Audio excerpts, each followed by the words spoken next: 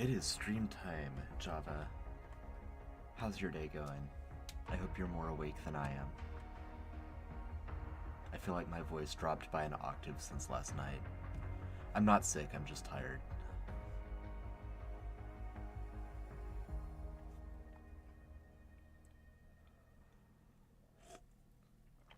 I know this doesn't hydrate me. Take a life from the living. This hydrates me. Just doing whatever I can to wake up. Kingdoms fall with a single bite. Have a taste of death. It's a life worth living. Hoping the monster and the metal wake me up. I think I can get through all of E today, but certainly through D. Let's see, we're on Dredge Slug. Muddy sludge found in swamps, shaped like a worm. Nice.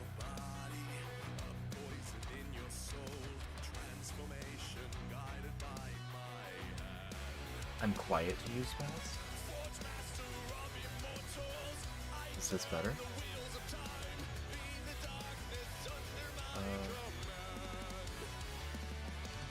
Hello. Things look normal on my end, I'm not sure. I'll check a couple other settings, I'm not sure what might make me...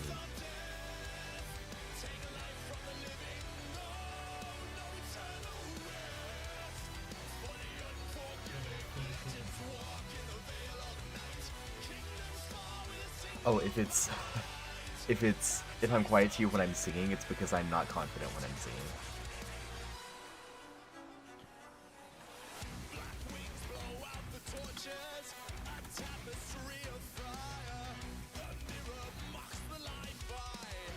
What all plans do you two have for the rest of the day?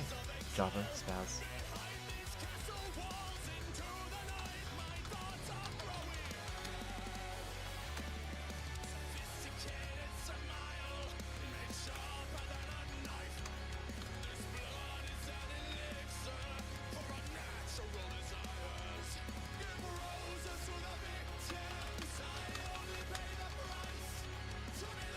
Maybe I'll try to belt it on the next chorus, Java.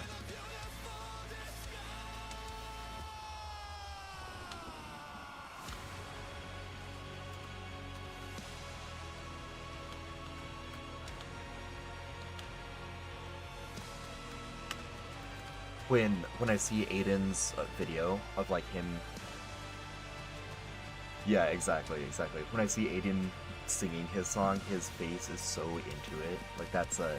He's a very impressive, like, performative singer. Nice! Sounds like a good day, Jaffa.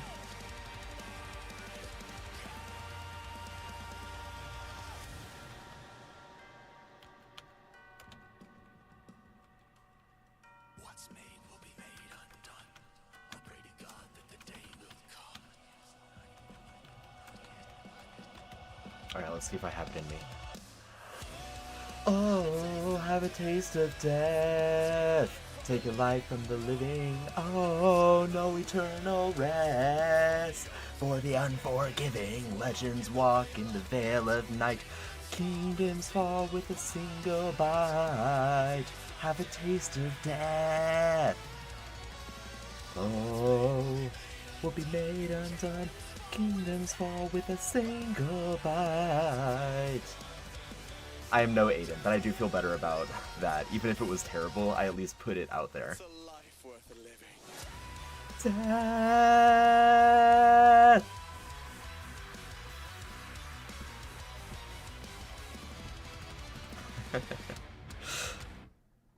I appreciate that you all didn't just immediately leave. Thank you for that.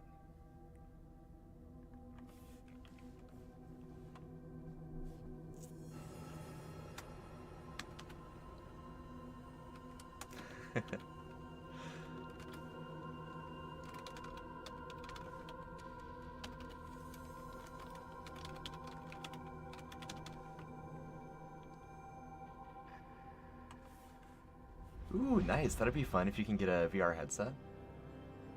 Oh, I have no idea. Girl Wonder cosplay. I've listened to that song so many times. When I first heard it, I listened to it on repeat, basically around the clock for a week.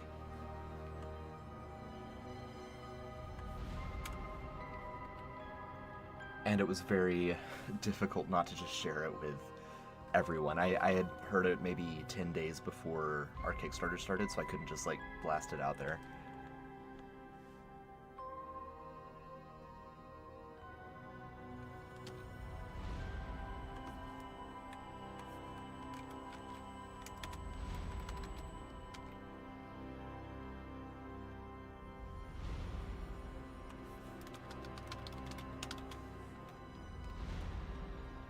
Ooh, there's a typo there. The dredger, that's that monster. Check and see if that's already in the errata. I'll do that in a second.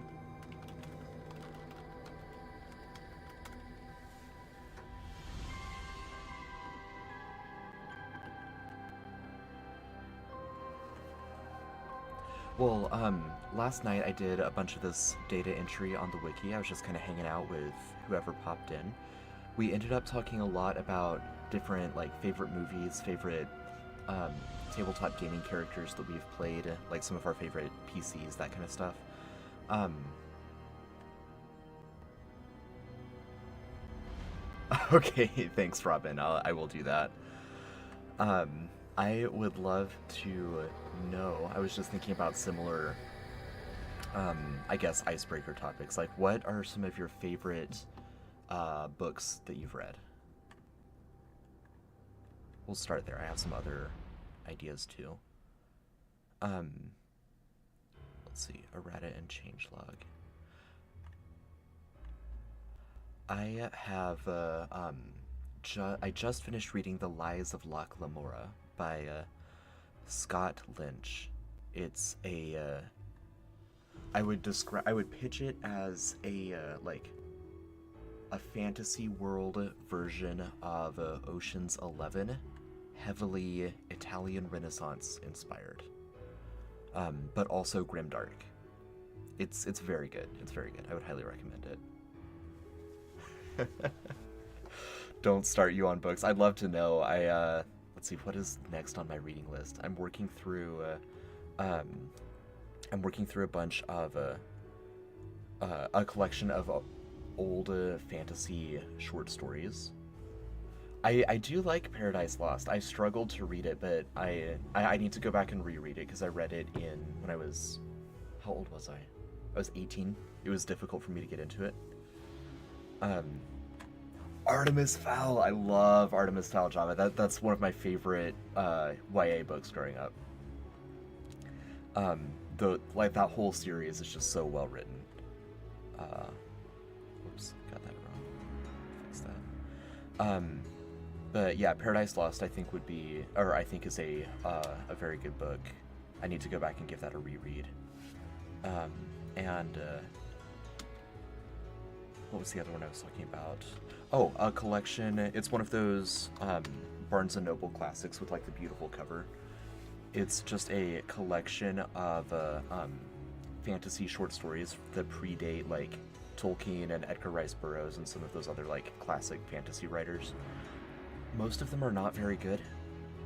I've read a couple that I really liked, but most of them I think are important because they convey ideas that people like Tolkien would later take and improve upon, but they're more like, they feel like rough drafts to me that the writer never went back and polished. Like I read one by Mary Shelley that I wanted to like and I didn't. Harder than asking you your favorite D&D character. I read a short story by Mary Shelley that I wanted to like and I did not, but I think that I'm not sure if she wrote it before Frankenstein, but it felt like it might have been kind of like a rough draft that turned it into Frankenstein, which I love. I think Frankenstein is an excellent book.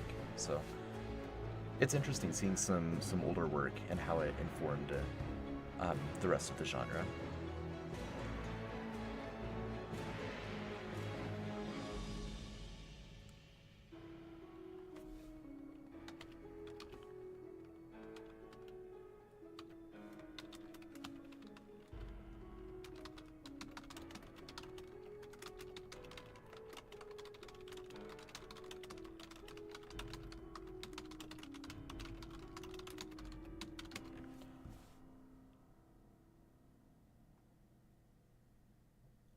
No way. That's awesome, Draven, or Luke.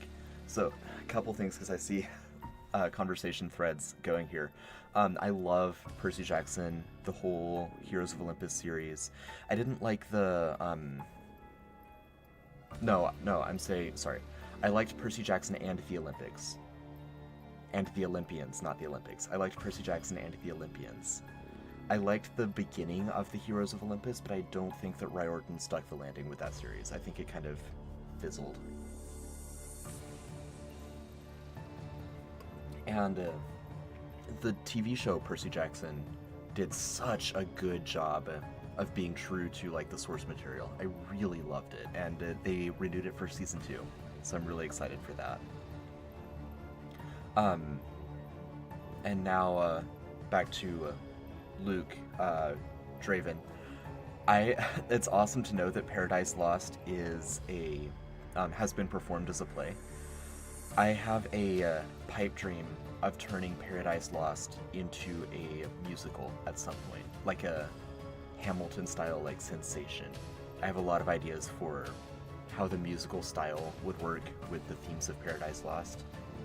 I'd like to do it where each character in Paradise Lost has, like, part of their personality is a musical style. And so, for example, like, Satan feels that he's been, you know, unduly, you know, he feels neglected. He feels that he's been unduly punished. He feels that the world is out against him. And so, thinking about like what musical styles work well with that, like, you know, obviously nothing is locked in. I haven't written any of it yet, but I think it would be a really fun musical if, like, for example, if Satan is a blues singer and Michael is, what would Michael be? Maybe like an alternative, like Imagine Dragons style, like, singer. Jesus, I think, would have to be a pop singer because, like, cultural prevalence and just kind of like the, like, popularity, like celebrity culture around that, playing with that a little bit. Adam, I think, would be hilarious if Adam was like a country singer.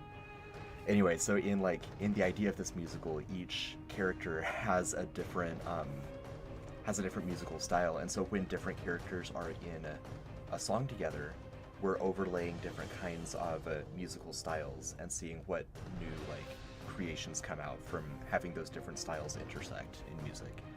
I think that would be a really cool idea. I just, you know, one day, maybe.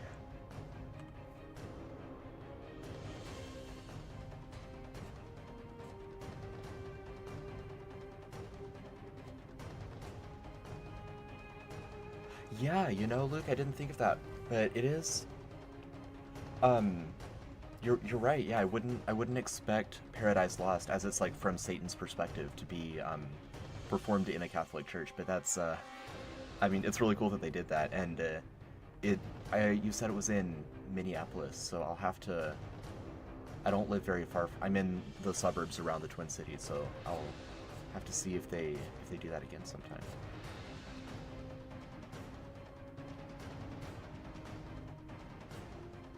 Okay, I lost my train of thought. Where are we? Drudge Slug.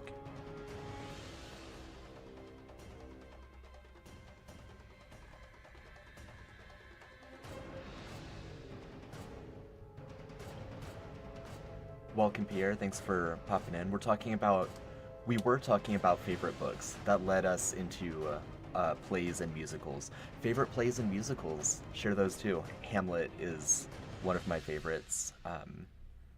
I have read it a few times. I haven't seen it live, but right, exactly. Ewan McGregor could play Jesus. Um,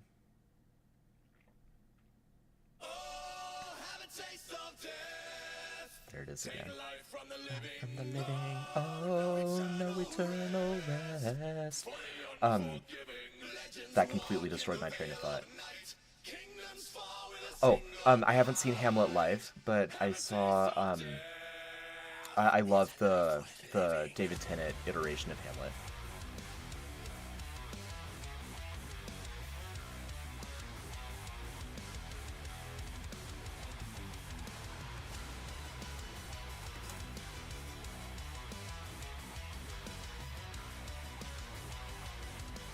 Repo, that's a play, right, Spaz?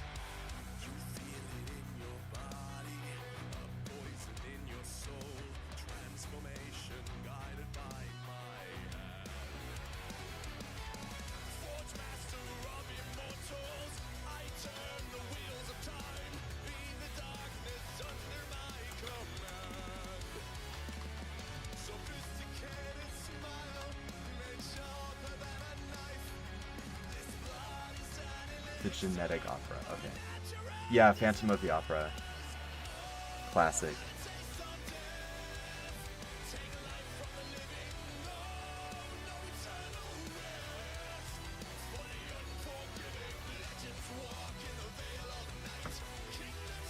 Oh, nice, okay. Yeah, we do live close then, Draven, Luke.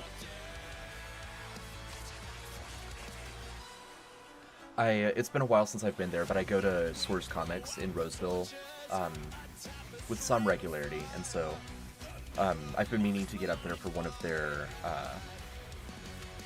oh, what's it called? It's the Game of Thrones tabletop combat thing. I've been wanting to give that a try. And I occasionally do. It's been 10 months, I guess. No, 8 months. 8 months since I've done one, but I did some MythCraft demos at Source Comics a while back.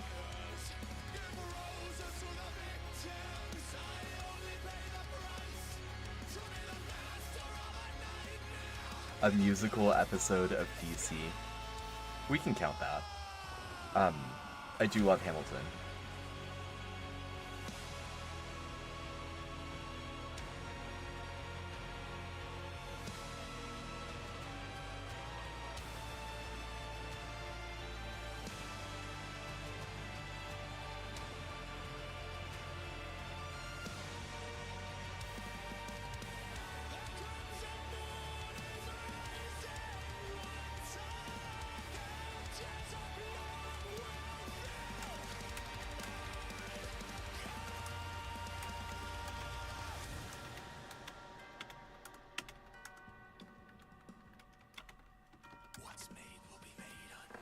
Heathers. I'm not sure if I've heard of that one. One that a couple actually I'm thinking about now that I really enjoyed were Something Rotten, which is the story of the first musical, the fictional story of the first musical, and it's about, I can't remember, maybe Christopher Marlowe, but it's about one of Shakespeare's like rivals, and he's upset that Shakespeare is doing so well, and so he gets a vision that musicals are going to be the next big thing, and so then he goes and writes the first musical. Sign your MythCraft books. I will be sure to advertise next time I go to like a comic store or something like that, and you like let's coordinate a time. I would be honored, Luke, to do that.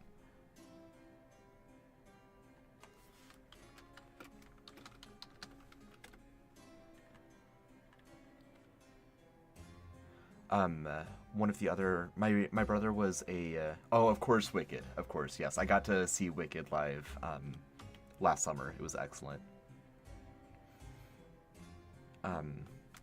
One that my brother was in is, it was a high school production. It wasn't like a Broadway thing or anything like that. Please do Spaz, or Java. My brother was in the 25th annual Putnam County Spelling Bee, which was a very good musical as well. Really enjoyed that one. And Matilda, of course. The stage production of Matilda.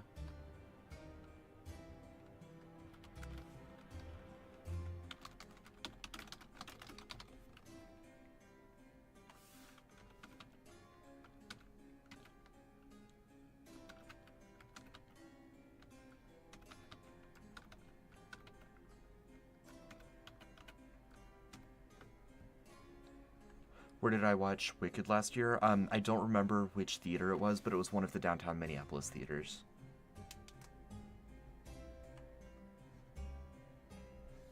That's awesome, Luke.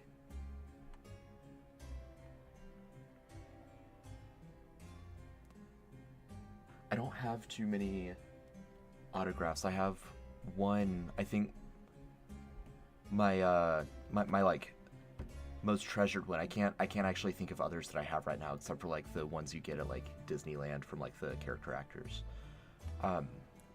But Spaz, were you there?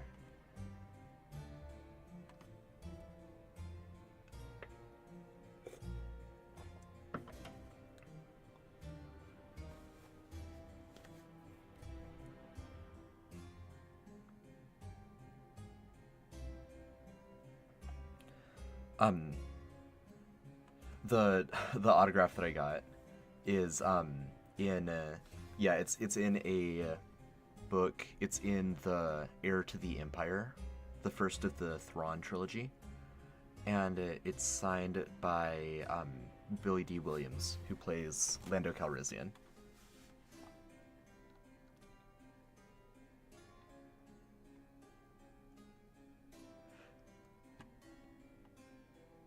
Yeah, I'm really curious now, Spaz. Were you at the same production of Wicked?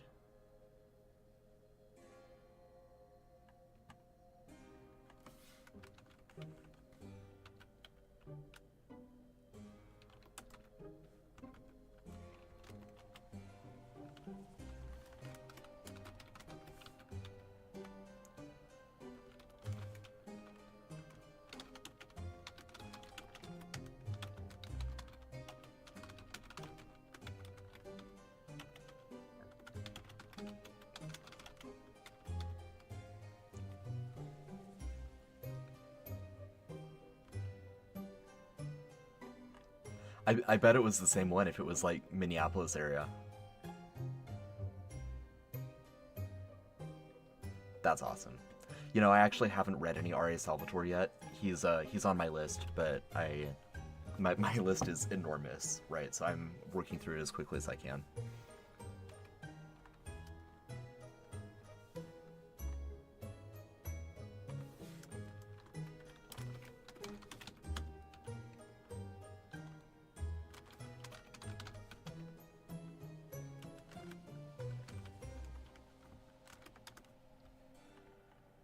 Just a short way, Jaffa. There are no plans in the works right now, but another dream I have is doing MythCon, doing a specific MythCraft convention. Absolutely, Luke. I will let you know. Should that happen, it's going to be like early or midsummer. I've got to get through like some. Obviously, I've got to get through the Kickstarter. My wife has a crazy schedule this March through May that I've got to sort out with her and figure all of that out. But yeah, I really enjoy like the kind of local game store scene, so I need to get back into it as quickly as I can, as soon as I can.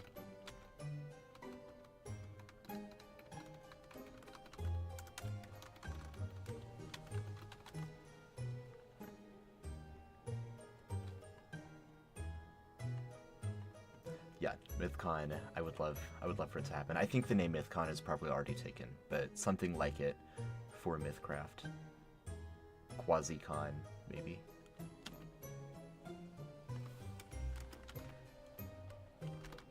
Just show up, play some MythCraft, get some Stone Shark plushies. Be a good time.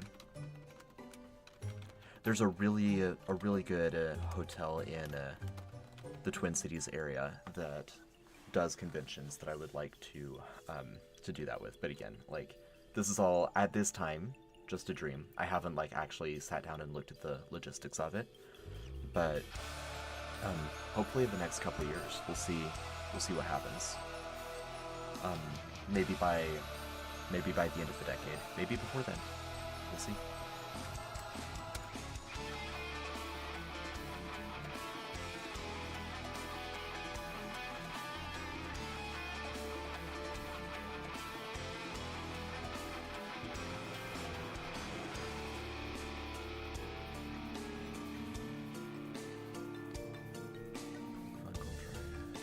Almost through I've got 3 creatures left.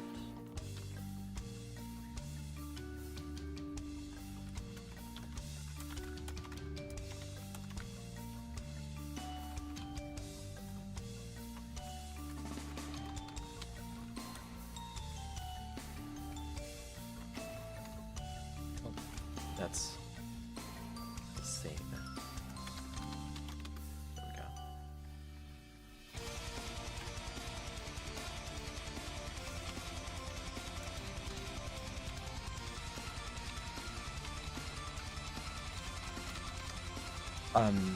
All right. I mean, I'll return us to the conversation of books if you think of any more. But otherwise, what video games have you put the most hours into, or do you enjoy the most, or are you looking forward to playing? Opening the floor for any video game comments.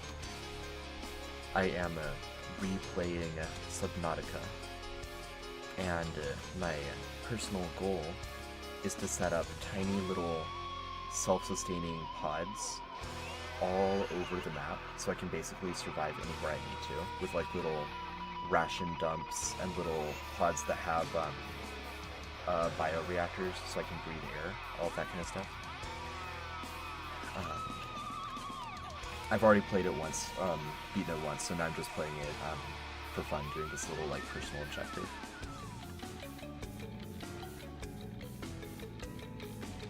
Sunk a lot of hours into Timberborn lately, which is city development, city management, but with adorable little like beavers that go and build everything.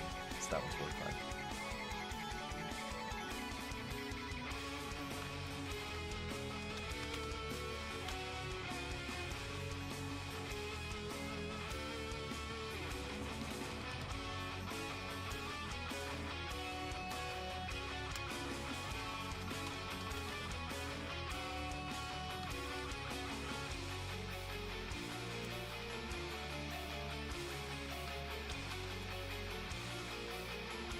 I would love to do a UK con, Robin, just as soon as it's feasible.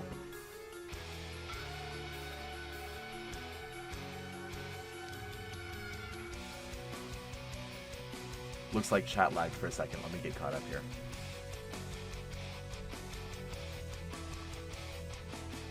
Alright, yeah, I figured MythCon would be taken. And it's in Minneapolis this year, nice. Castlevania and Final Fantasy. Yeah, I mean, I'm doing my Castlevania playthroughs right now as well. Darktide. I'm not familiar with Darktide. What is Darktide?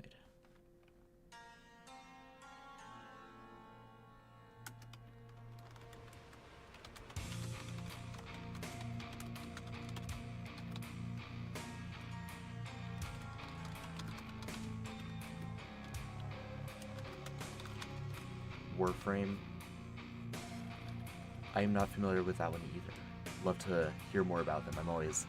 I've got I've got a big list of movies that I'm working through, big list of books I'm working through, and a big list of video games I'm working through. So, okay, it's a Warhammer 40k game. Yeah, pitch me on them and I'll add them to my list. I have no idea how long it's going to be before I'm able to get to them.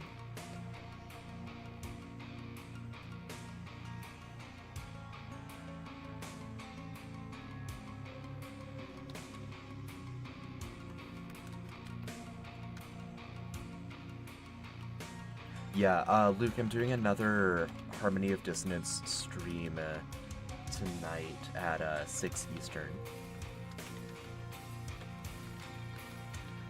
I'm, I think, like 52% on the dungeon layout, like exploring the entire castle.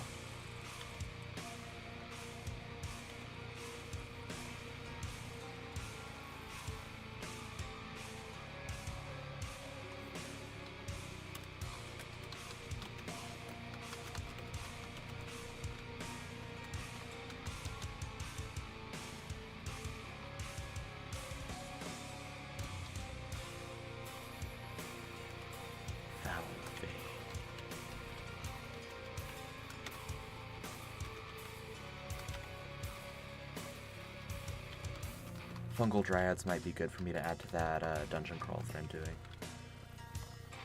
Monster level 5. That could work.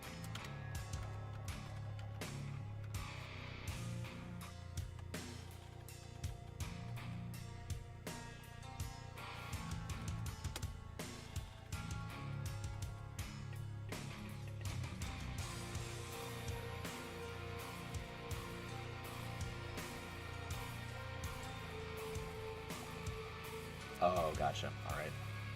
Well, next time.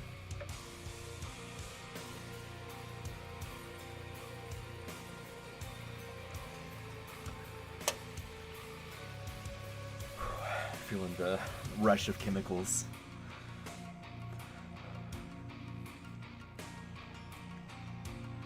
Got a naiad and then...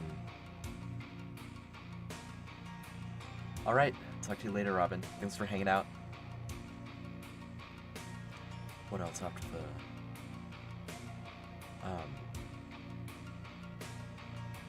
Naiad and Dust Devil, and then we're done with D.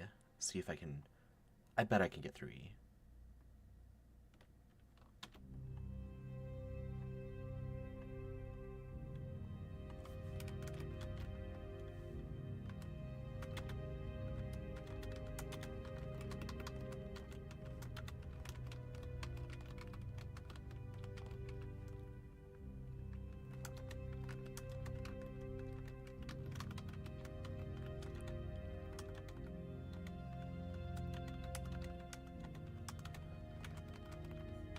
Dryads and these other subspecies, fungal dryads and naiads, these might make good lineages, like playable lineages at some point.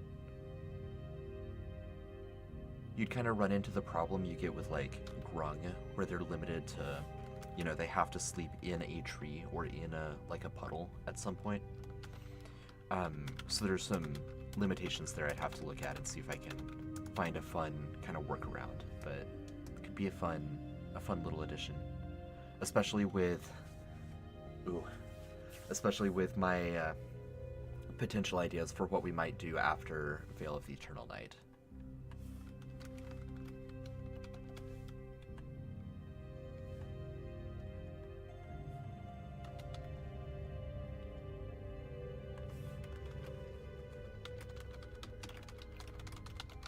But one thing at a time.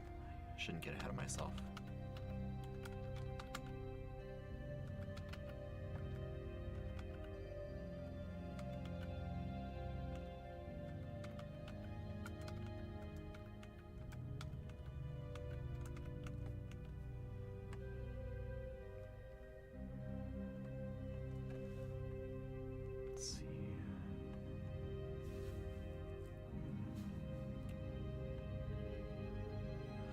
That's a good question, Pierre. I'm not sure. That may end up...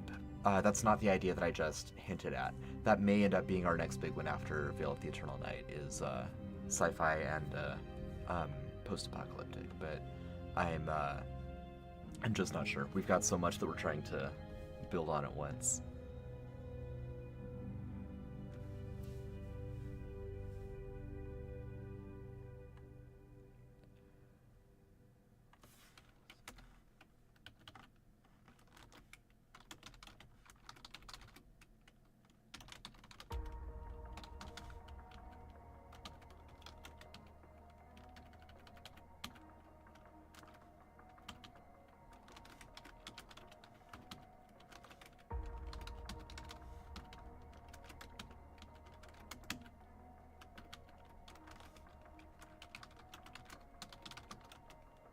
Chrono Cross, is that Warhammer, or is that...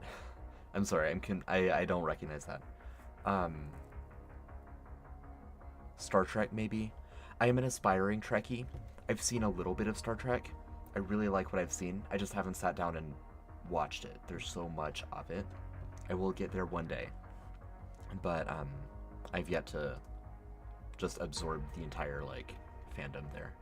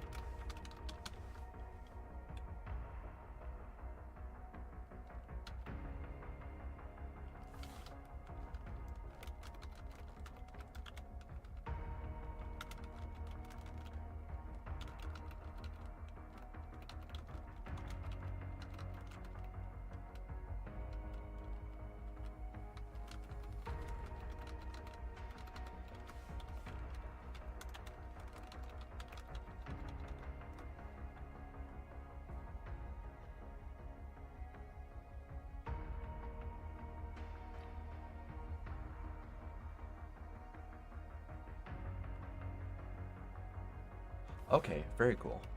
Video game where they, of course, okay, Chrono, right, time travel. Makes sense. There was an old card game called Chrononauts, as in, like, astronauts, but through time. And you had to go throughout time and collect, like, dinosaurs and laser guns from the future and that kind of stuff in order to fit, like, certain research goals that you were trying to achieve. And you had the potential to cause ripples in history that, like, you know, for example, change the outcome of World War II and that kind of stuff, which affect how the rest of the gameplay works. It's a fun card game. I should see if I can track it down again.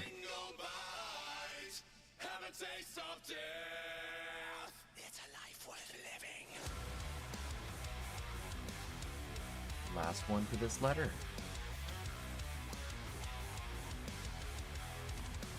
Ooh, and that's another topic.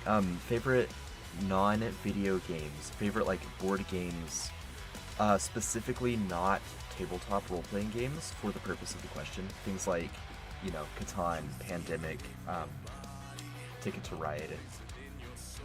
Mine has got to be Legendary. It's a Marvel, I mean, obviously, yeah. It's a Marvel deck building game. Mostly cooperative, but there's light competition throughout it.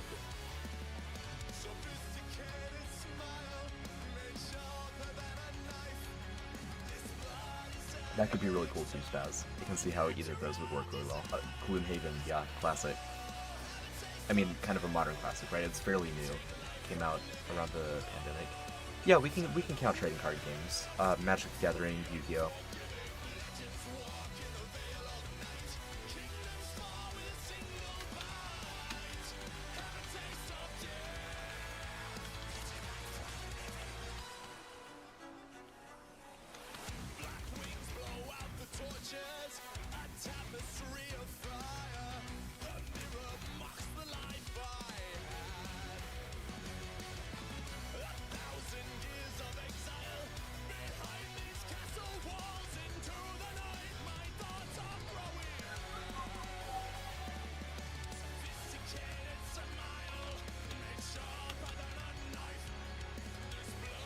Tyrants of the Underdark. I don't think I've heard of that one. Is that, I mean, Underdark, I'm assuming it's, Forgotten Realms specific. Like, I've seen various Forgotten Realms board games that, like, Lords of Waterdeep is a really fun one that I like a lot.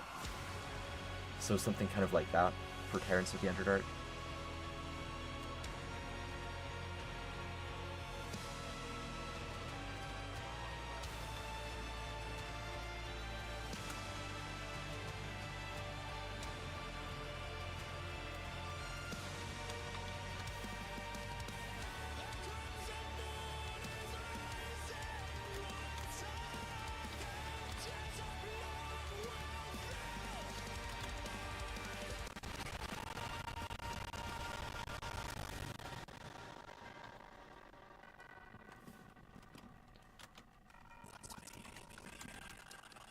I have played Magic the Gathering and I have played Yu-Gi-Oh!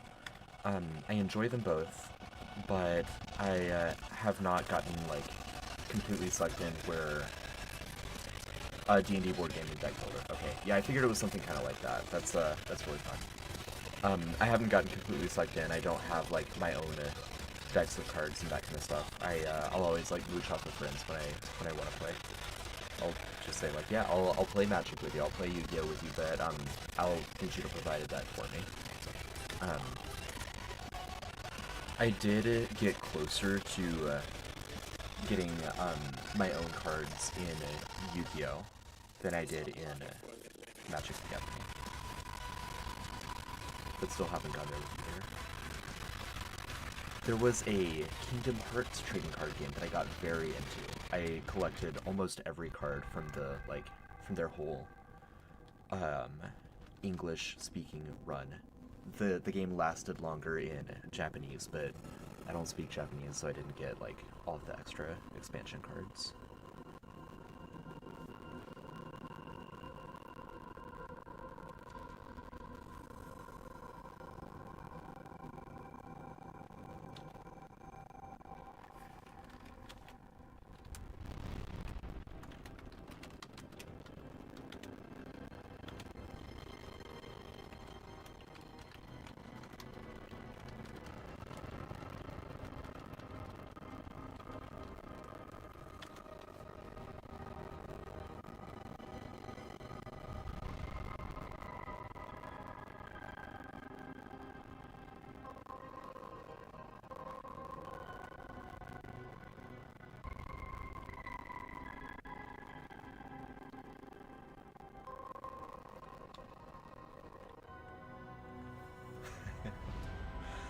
Maybe so at this point, yeah. There's some cards that are really valuable.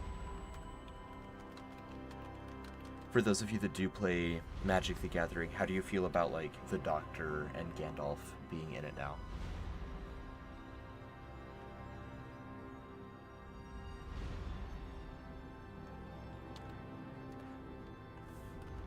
As an outsider who's not super in the community, I think it's kind of hilarious that the Doctor is in it, but it also makes perfect sense for him to be like one of those planeswalker individuals.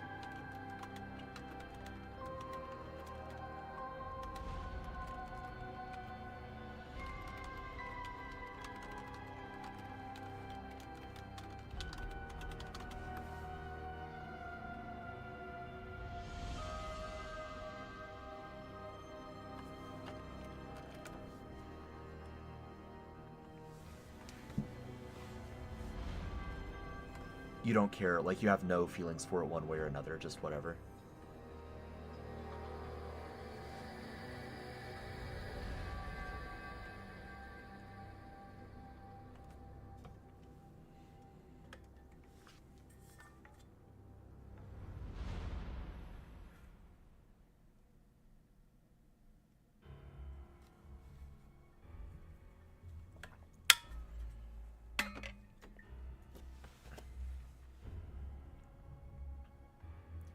Alright, on to letter E.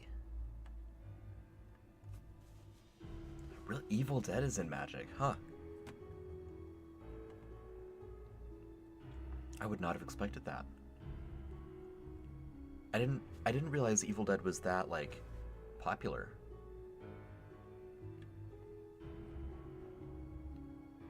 Sure, that's true, yeah.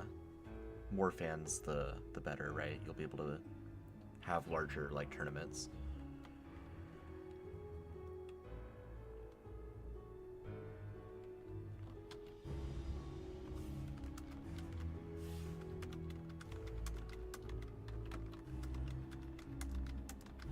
Jake from Quasi Real recently went to, not recently, last year, went to a Magic the Gathering tournament.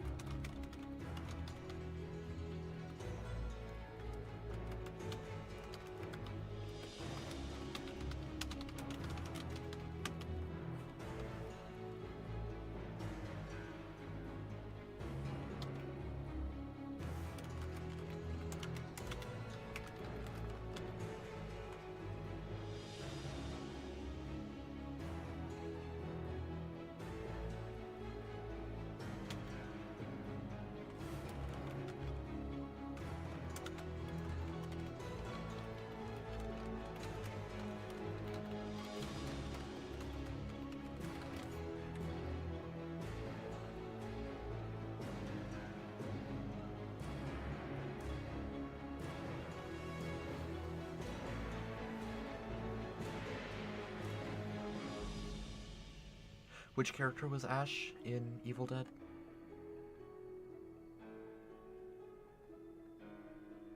Wait, is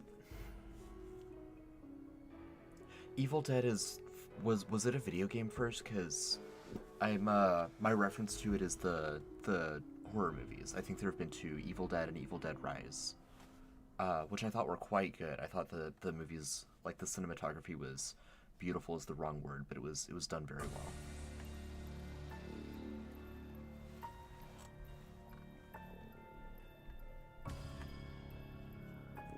That would be a really good idea. Captain Picard playing Walker.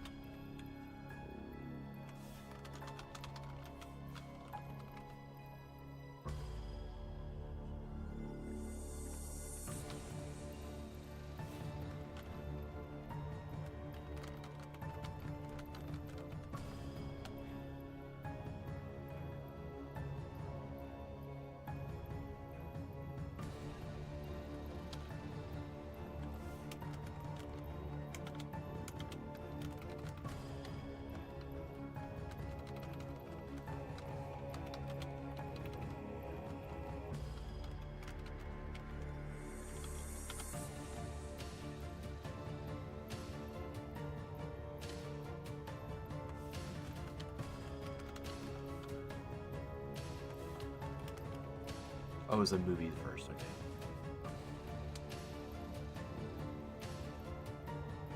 Okay, so shotgun and a chainsaw hand. So with the first remake movie, so I would have seen the remakes.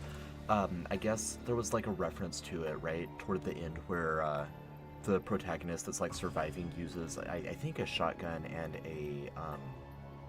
a chainsaw at the end to defeat the like demonic entity.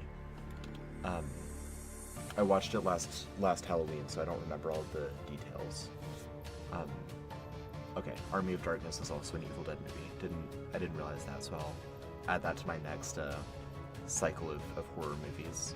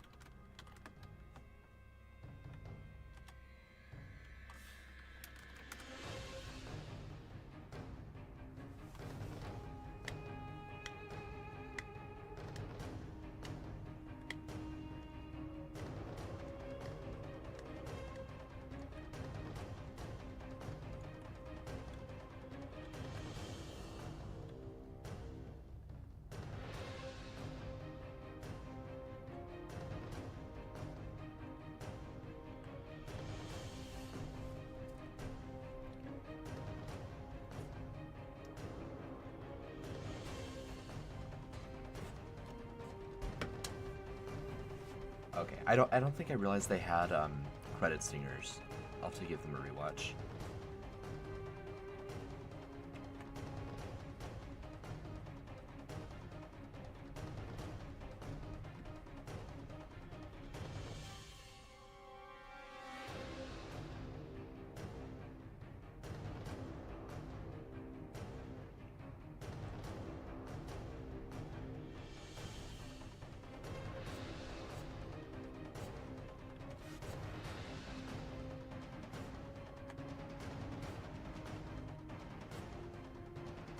Let's see.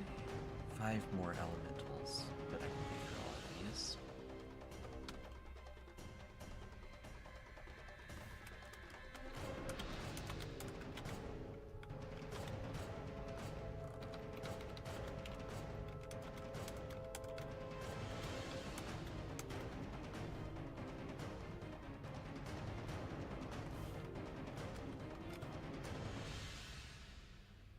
Okay, thanks, Luke. I'm probably not gonna get on that until like September. You know, get my spooky on for the season of Halloween. But I will. I'll take that into my like rotation when I get back to those horror movies. Take life from the living, oh, no eternal rest. For the unforgiving, legends walk in the veil of night. Kingdoms fall with a single bite. Have a taste of death. It's a life worth living.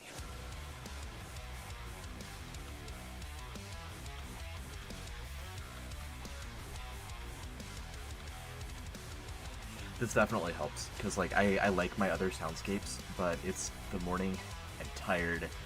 I'm obviously a little bit more subdued, and having those lyrics helps me get going again. Oh, okay, it's a series. Very cool.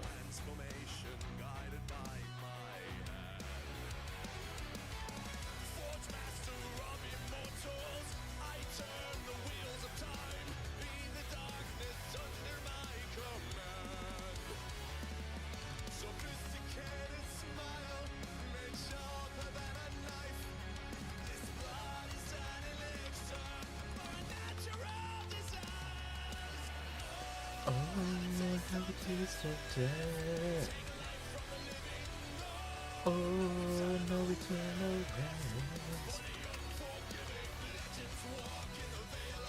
rest. This guy has DT, that's fun. That means, like, you have to deal a minimum of 10 damage to him, otherwise he just doesn't take any damage. But if you deal 10, he takes all of it. So, fun little mechanic there.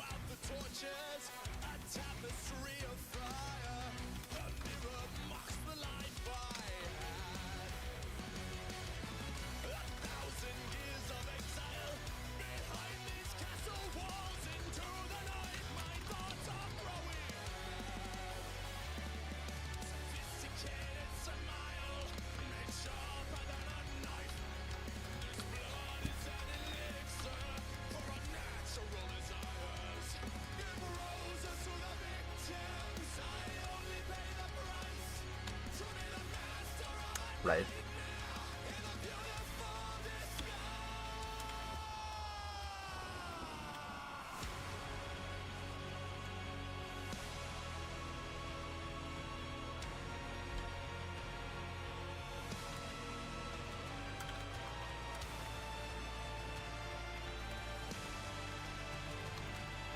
Yeah, this guy's tough.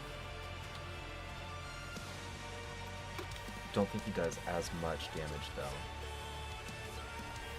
It's like the fire elemental. The fire elemental is also really fun. We'll get there in a minute, but it has like kind of a self-heal mechanic. It's really fun.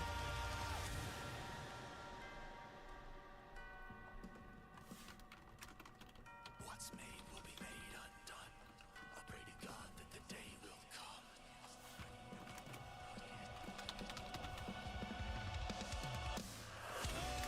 Have a taste of death. Take a life from the living. No eternal rest. For the unforgiving, legends walk in the veil of night. Kingdoms fall with a single bite. Have a taste of death.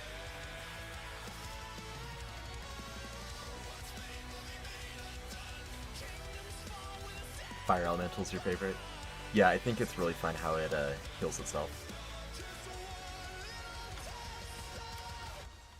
It's a life worth the living.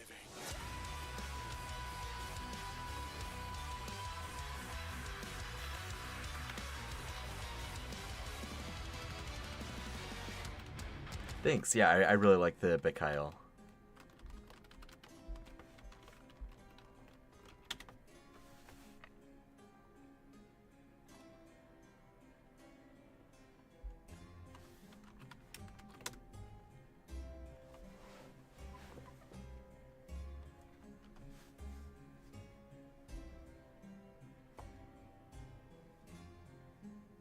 Spooky. Air elemental.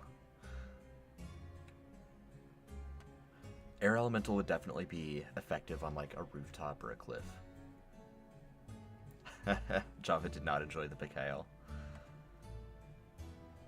There seems to be a trend with like MC and player there. That makes sense.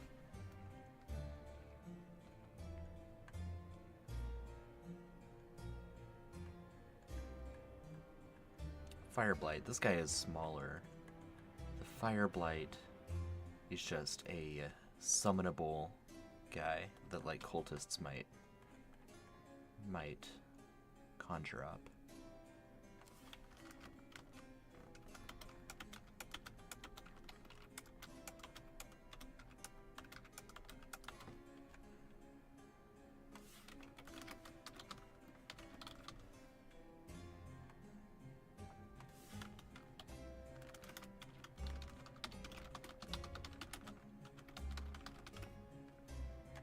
Yeah, I figured it in Morgana's manner.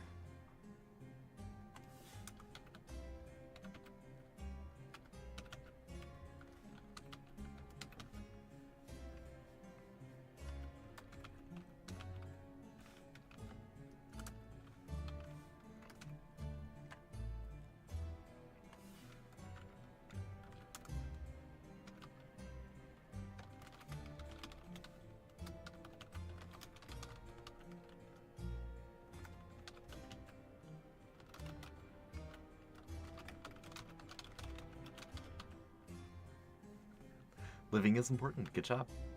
Congratulations.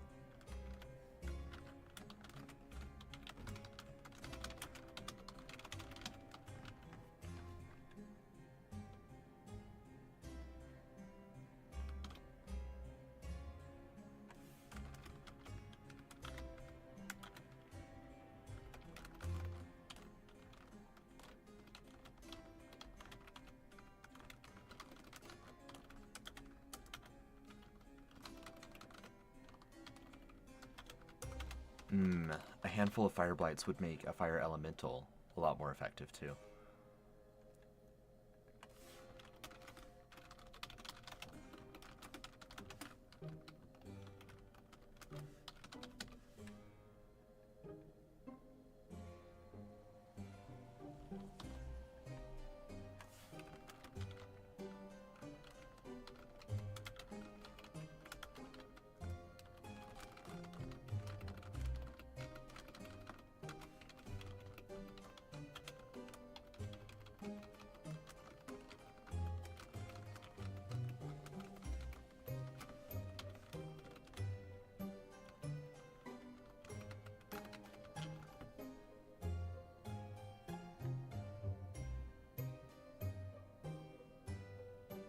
Yeah, Spaz, I think you're right. It's a chunky demo.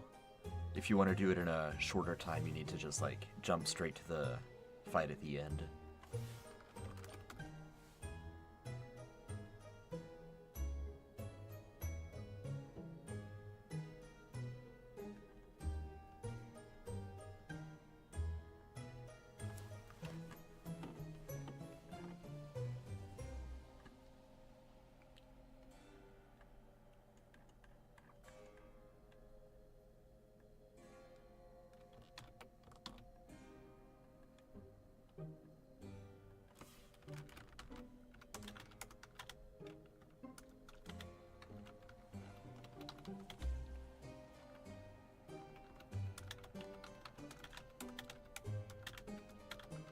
You guys retreated from the ghost room, right? You peeked in and saw ghosts and you were just like, nope, we're out.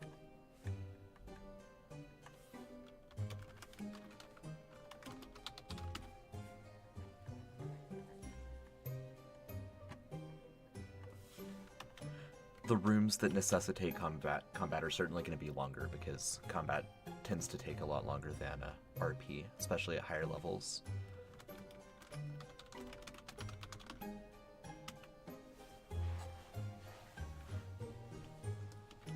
Right, that makes sense.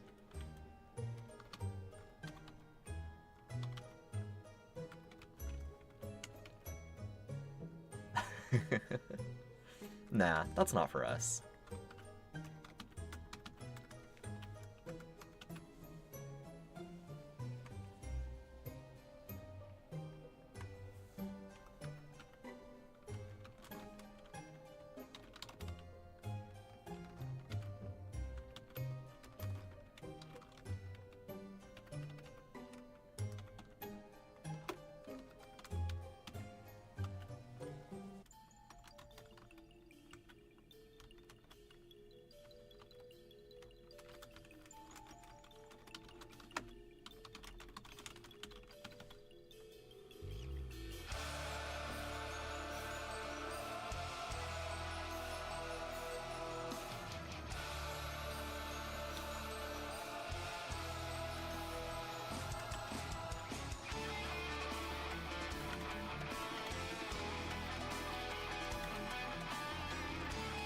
I want to tell you what would have happened if you had hung out with the ghost, but I'm not going to, just in case other people see the stream and planning on playing the demo later, so I'm going to keep it spoiler-free.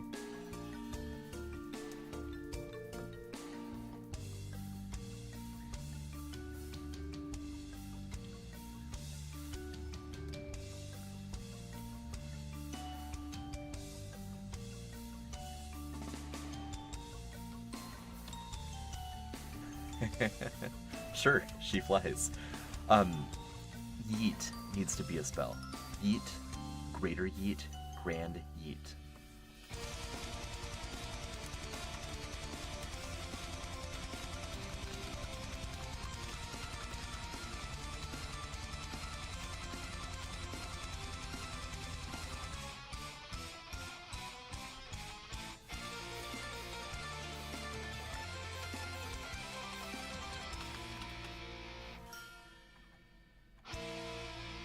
I also, I would love to make a, like, role-playing game, or figure out a way to insert this into MythCraft, where, I mean, like, if the abbreviation for charisma was RIZ, that would be hilarious. It obviously isn't in MythCraft, but maybe some kind of spell that's just called, like, Riz, or something like that, like a cantrip or a chant.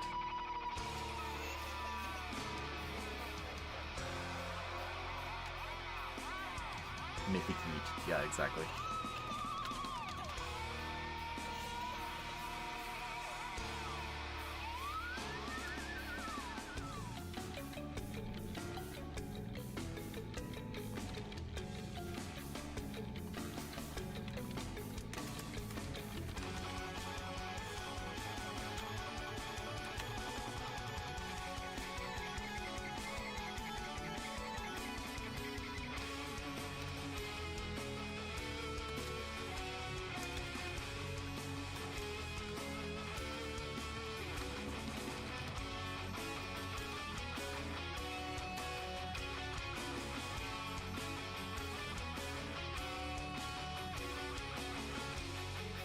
Grand Riz. Just everyone believes you and wants to be your friend.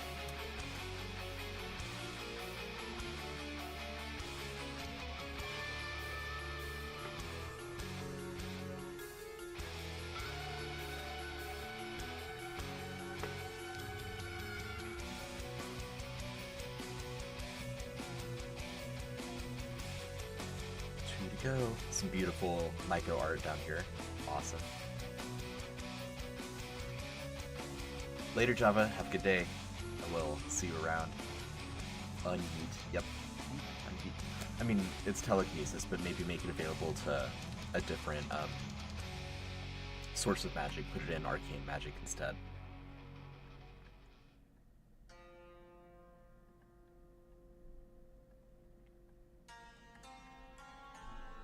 Ooh, too far.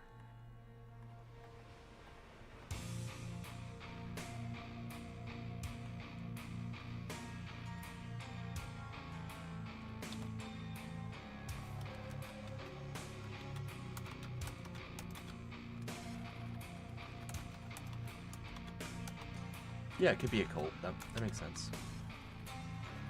A cult of personality. Yeah, Yeet. Riz. I think Riz would be a cult.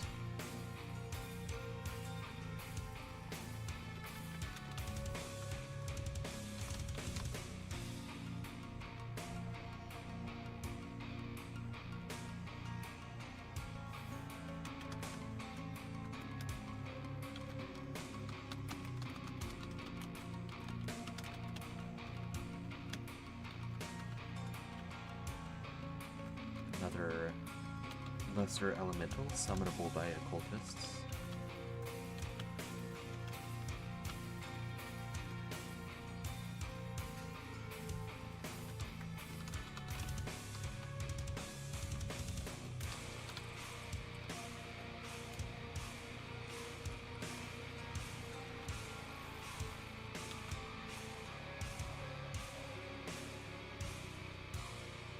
Hey, how's it going, Melissa? Thanks for hopping in. I am just doing some wiki data entry. Probably be at it for another 30 or 40 minutes. And we're just hanging out. Earlier in the stream, we were talking about some of our favorite like books, plays, musicals, board games, card games, that kind of stuff. It's like I got out of focus there.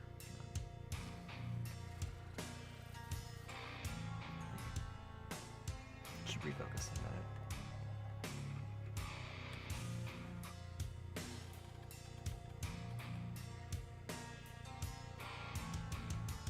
that. Luke, from a lore perspective, the closest lineage that we have to an Aasimar would be the Raideen. They have similar lore where like they're born from like a different parentage and have some kind of like magical connection to a divine entity. Aesthetically, they don't look that similar, and so more of a like glowy angelic figure. We may see something like that at some point. We may see something like that in Veil of the Eternal Night, but that specific aesthetic, we don't have anything like that right now. But are there plans? Tentative, yeah, I'd say there's tentative plans for that kind of thing.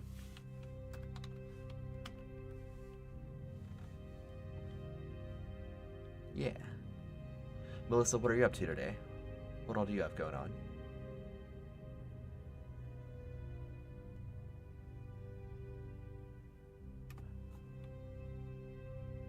Lost my train of thought. I was working on the water elemental, not the Gale Piercer.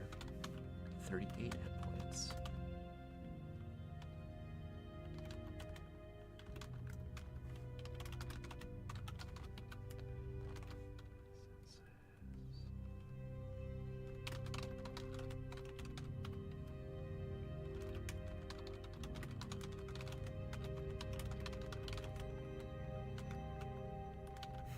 +%.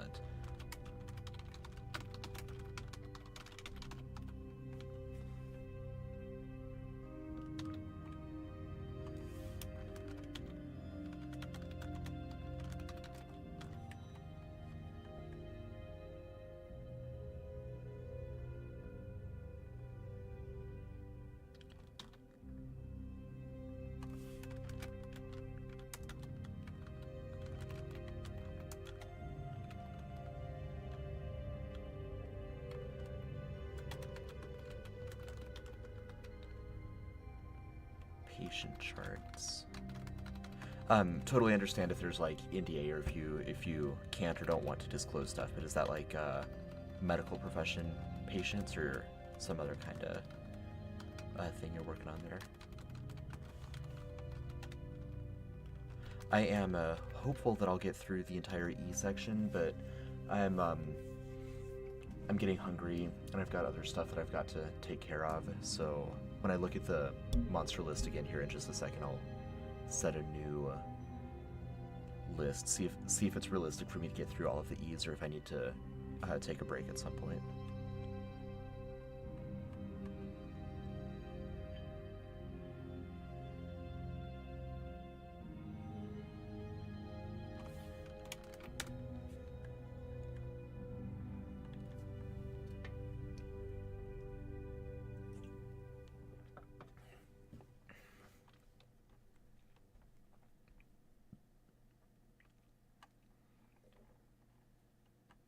Oh, wow.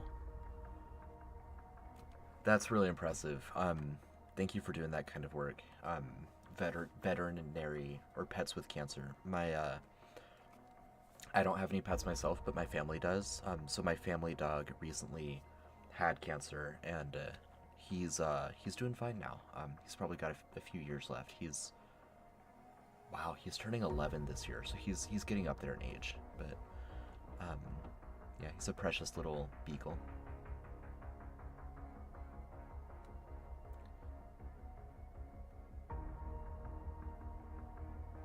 Nice, Pierre.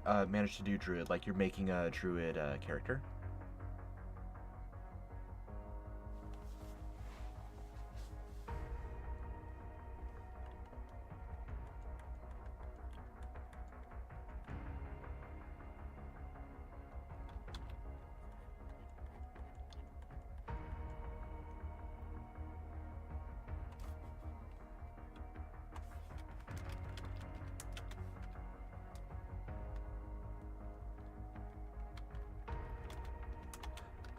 Spaz, if you want to, that would be excellent. Can certainly take the help.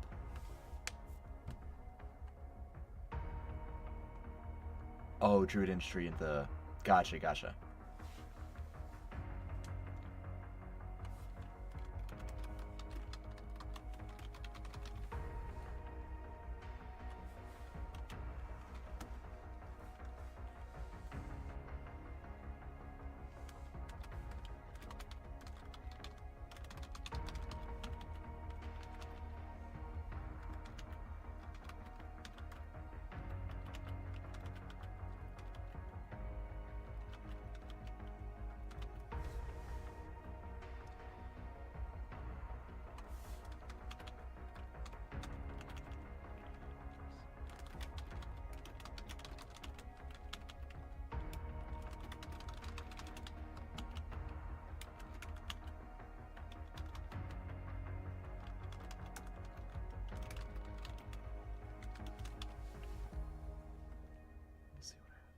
Alright. Well, any help you can give, thank you. I mean, you were incredible knocking out, like, all of the spells and player options and all of that kind of stuff. Just a machine.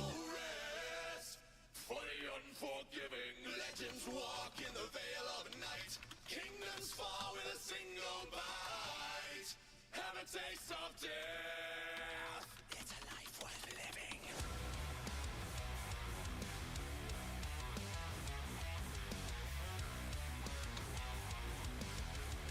I believe so, Luke. I believe that's somewhere on the wiki. If it's not up yet, it will be. We want to be sure those are, like, available for anyone to just grab and print out.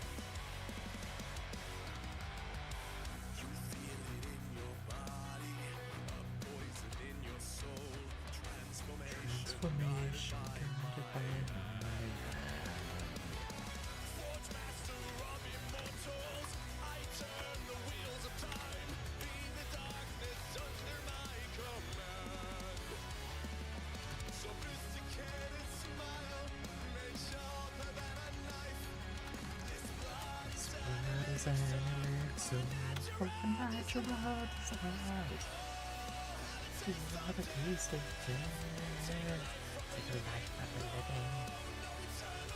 Aiden and Jeffrey did such a good job on this song. I love it so much.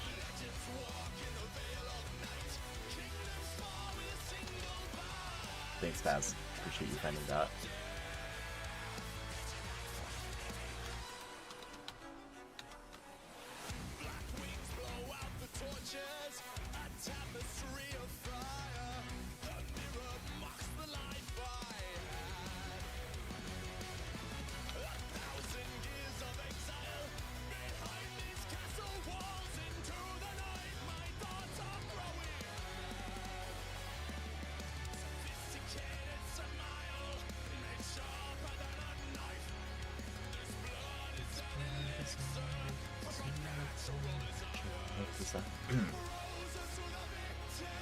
Muscle spasm, that wasn't fun.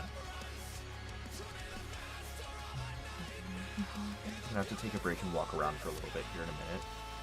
Gotta be mindful of, like, the sedentary environment.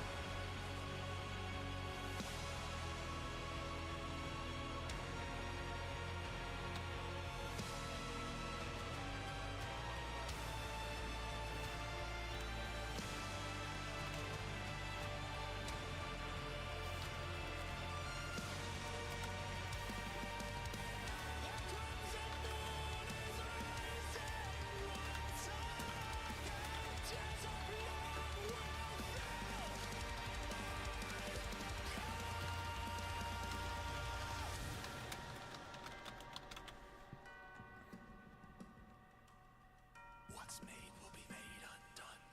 I pray to God that the day will come.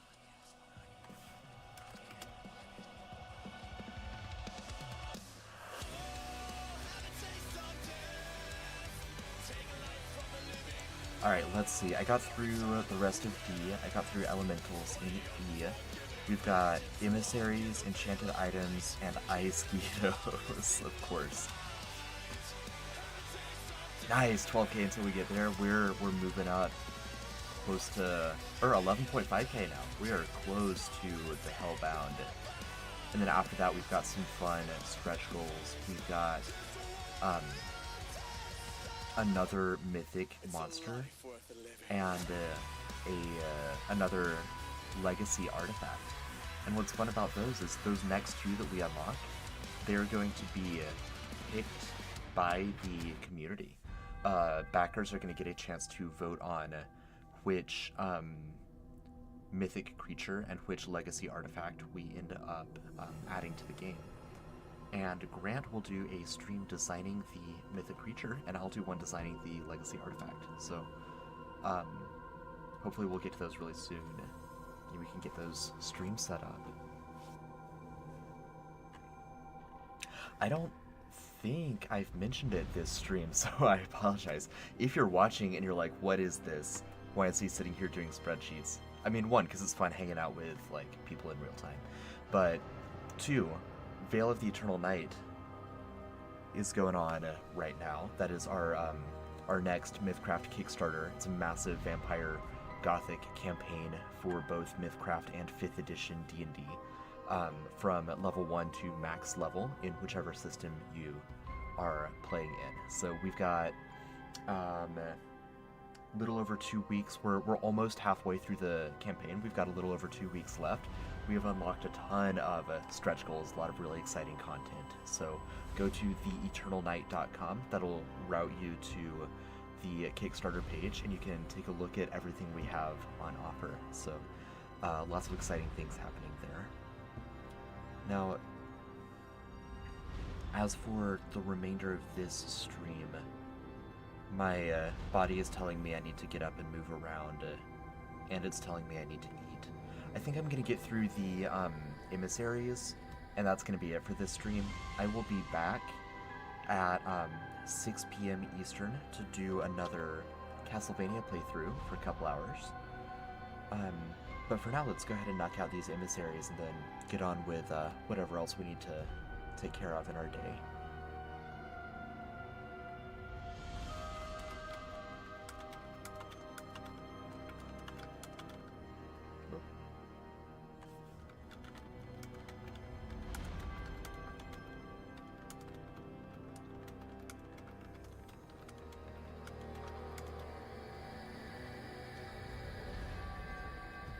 Appreciate that. Appreciate that, Pierre. Thank you.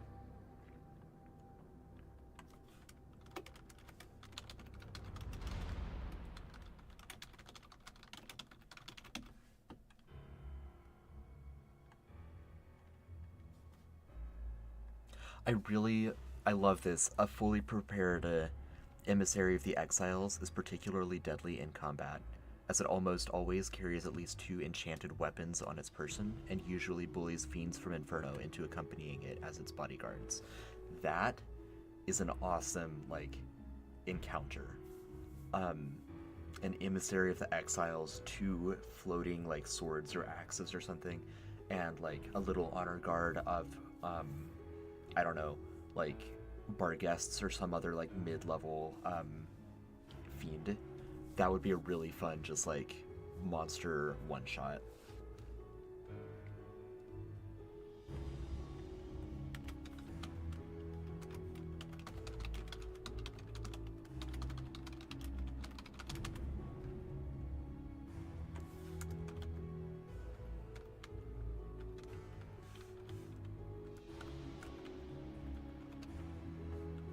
War axes, nice.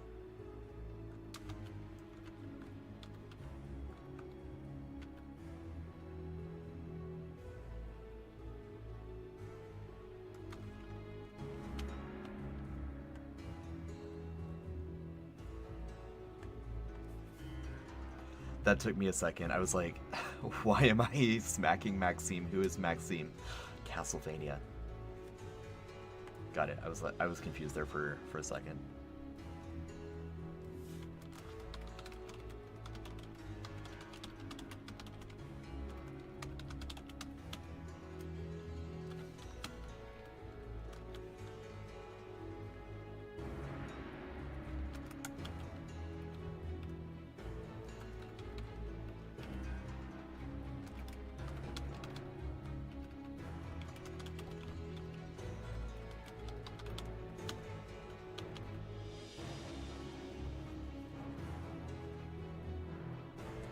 you will notice, or some of you may have already noticed, a lot of these creatures, if there's like specific lore that that accompanies them, like the Celestial Council is obviously tied to the divine source of magic.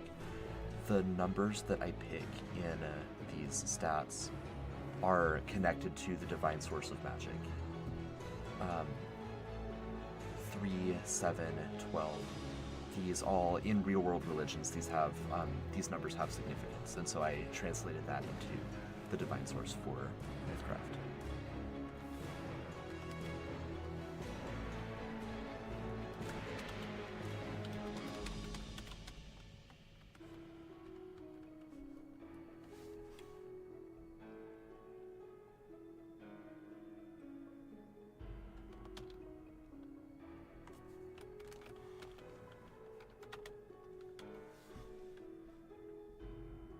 That's not the right place for that.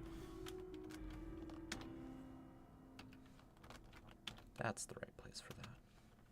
Since it's true sight.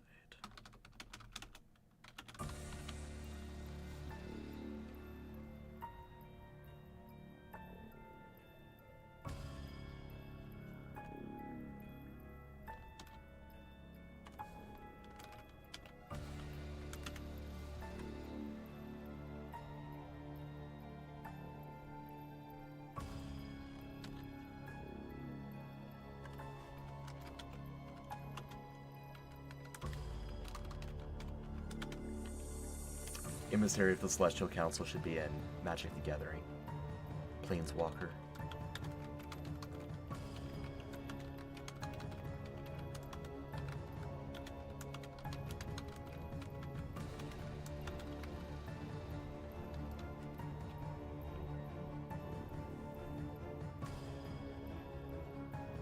Nice, that is cool, Luke.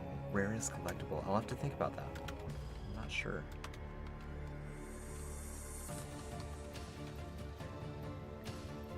I have some Kingdom Hearts trading cards from the trading card game I was talking about earlier. I have a couple that are promotional cards that were never, like, mass printed, so might be that.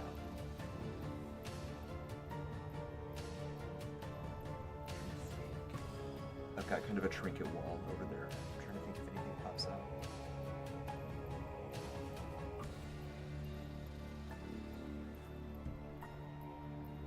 I have an old typewriter. It's probably not as, honestly, it's probably not nearly as rare as like a unprinted or like a promotional printed trading card.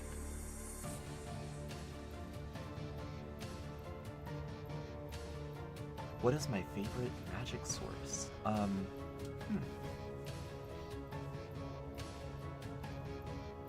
From a mechanics perspective, probably occult. I like the give and take of the dark magic.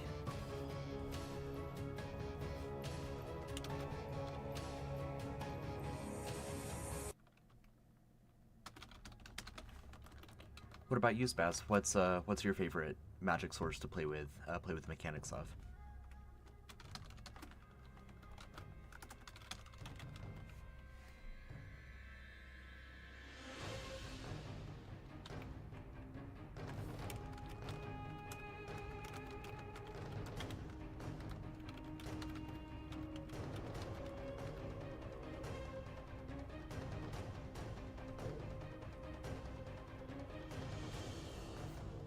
Nice. That's really cool.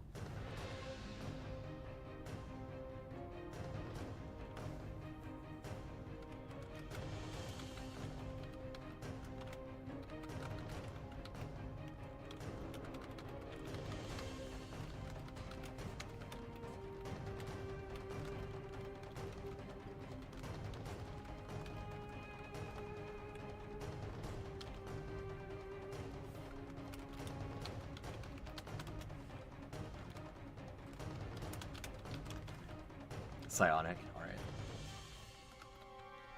Yeah, I do love, like, the, it doesn't have, like, cantrips, chants, or prayers by itself, but it has the manifestations that you can bump down to cast for free.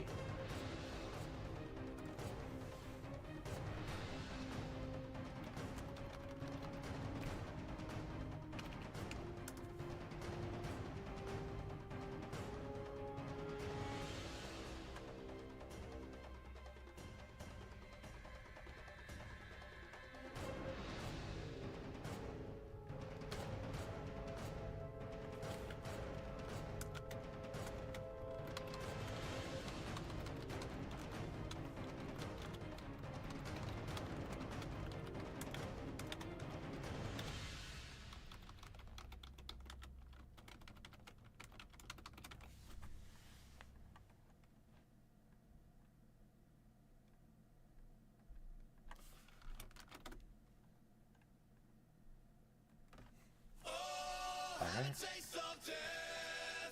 Good song to end on. Got one more emissary to do. And I'm gonna peace out for a little while. Kingdoms fall with a single bite.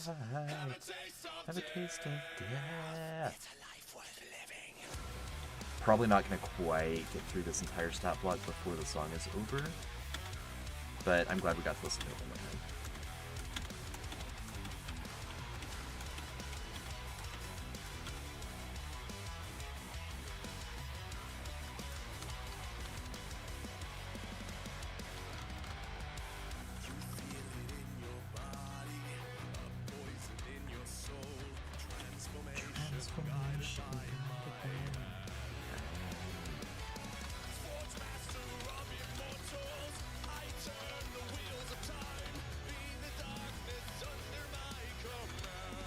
If you're unfamiliar with MythCraft, if you're coming from 5e or from a different role-playing game, what Spaz and I are talking about there a couple minutes ago with sources of magic, in MythCraft there are 5 sources of magic, each of which have slightly different rules and which interact with each other in slightly different ways. So these sources are arcane, divine, primal, psionic, and occult.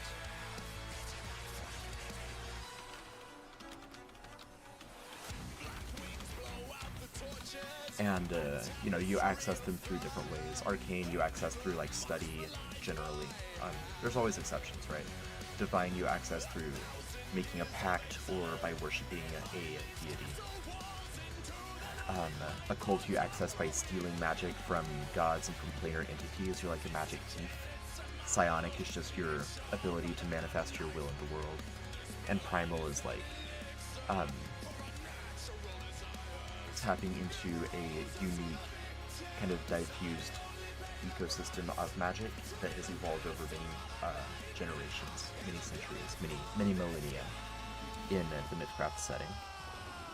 And it's obviously like kind of nature-focused magic.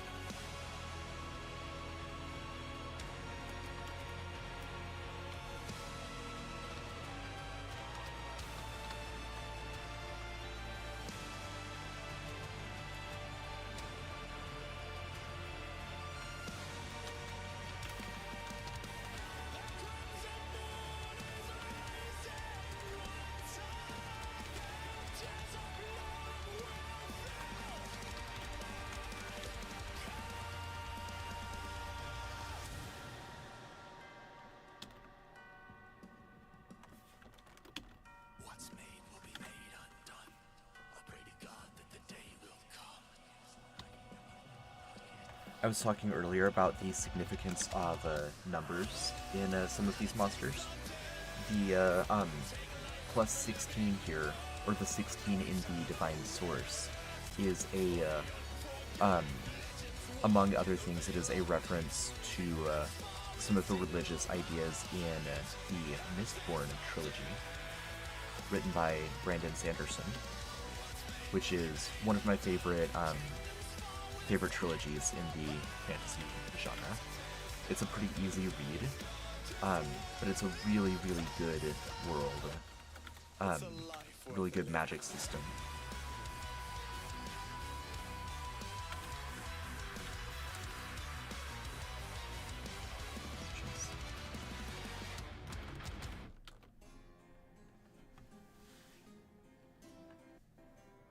Spaz, the little heart is blocking me. Is the choice the same for lore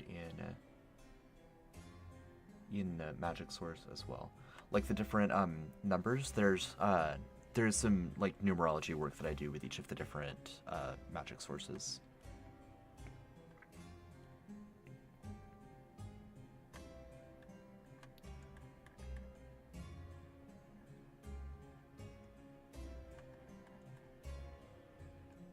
Hey, what's up, Arthur? That song that was just playing is Taste of Death.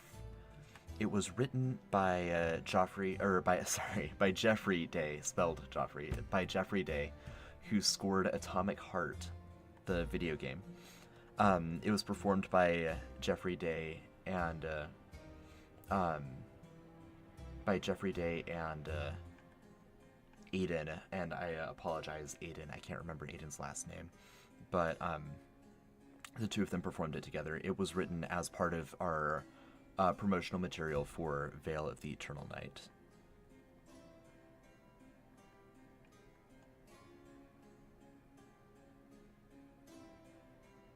Oh, I see, I see. Lore-wise, favorite lore magic system. No, I don't think it's a cult. It's probably... I'd have to think on that. I mean, I really like the lore. This is kind of a cop-out answer, but I really like the lore of how the 5 magic systems work together. How they interact with one another.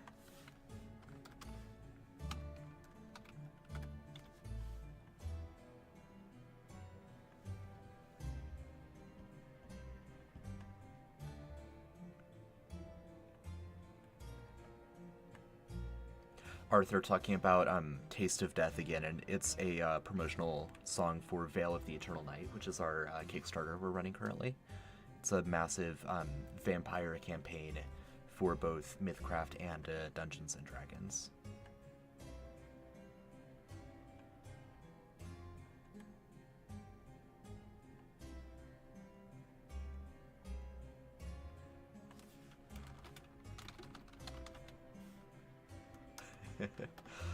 Thank you.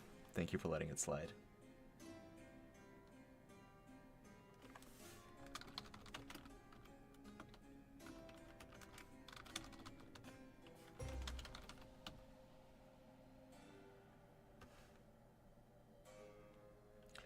If I had to pick one, this answer may change. I reserve the right to change this answer.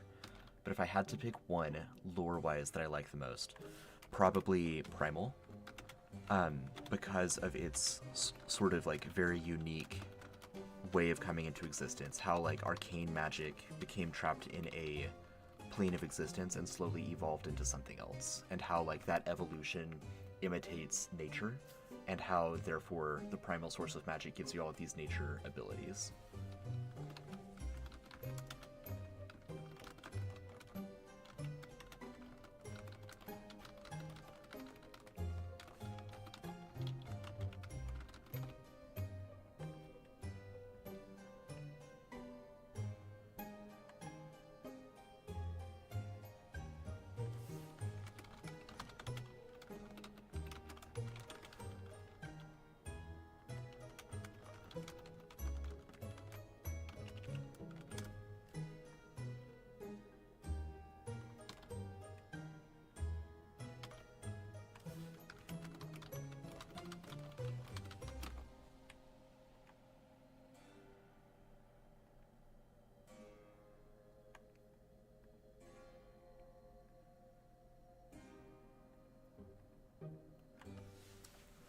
Primal is your favorite from like a lore perspective as well, Spaz? Is that what you're saying?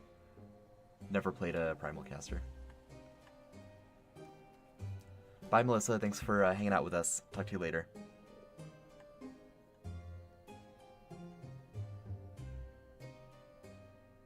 Dinosaur wizards. We are very close to blasting out a bunch of Super Eon 1 content, which is where the dinosaurs are from. So stay tuned for that. We'll get there very soon.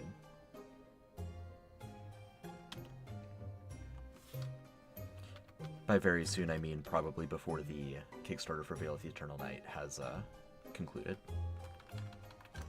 Before the funding period is done.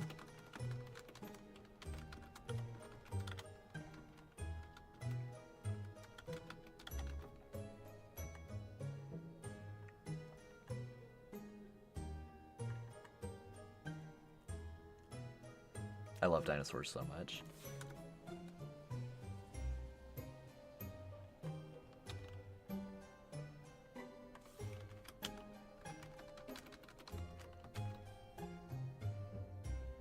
Oh. Oh, it's Spaz. Spaz is finding it.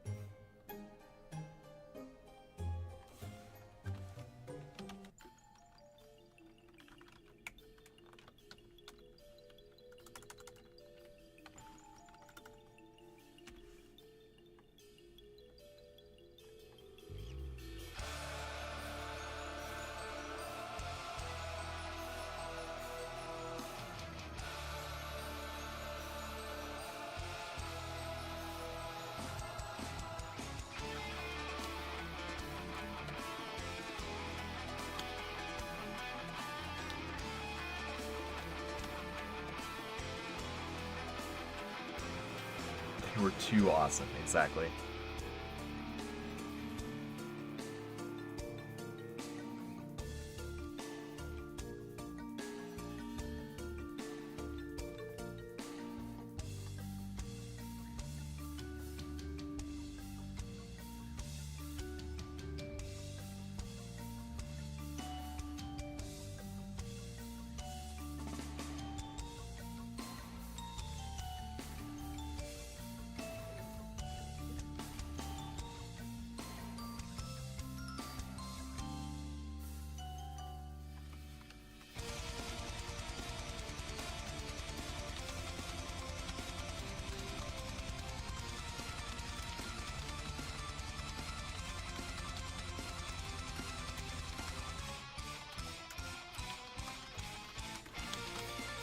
Alright, and that is a wrap.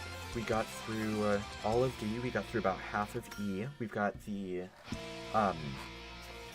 enchanted items that I still need to do, and the ice ketos, so I'll get on that as soon as I can. But for now, I do need to take a break. I've gotta eat, gotta exercise a little bit. But I'll see you all tonight for some Castlevania streaming, and I'll be in the Discord in the meanwhile. So thank you all so much for hanging out with me, and I will talk to you next time.